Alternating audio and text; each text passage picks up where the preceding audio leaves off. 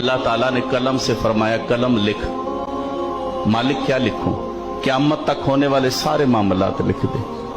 कलम ने लिख दिए। कहा कलम लिख। मालिक अब क्या लिखूं? फरमाया लिख ला इलाहा इल्लल्लाह।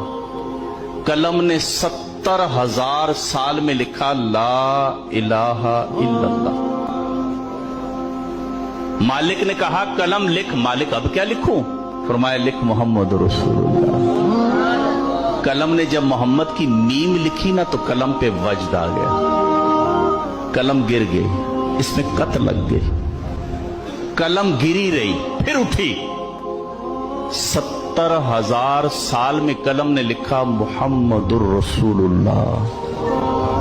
कलम जब लिख चुकी ना तो कहती मालिक तेरी करम नवाजी, तेरी मेहरबानी, तूने मुझे तौफीक दी है, मैंने तेरा जिक्र लिखा है, तेरा कलमा लिखा है।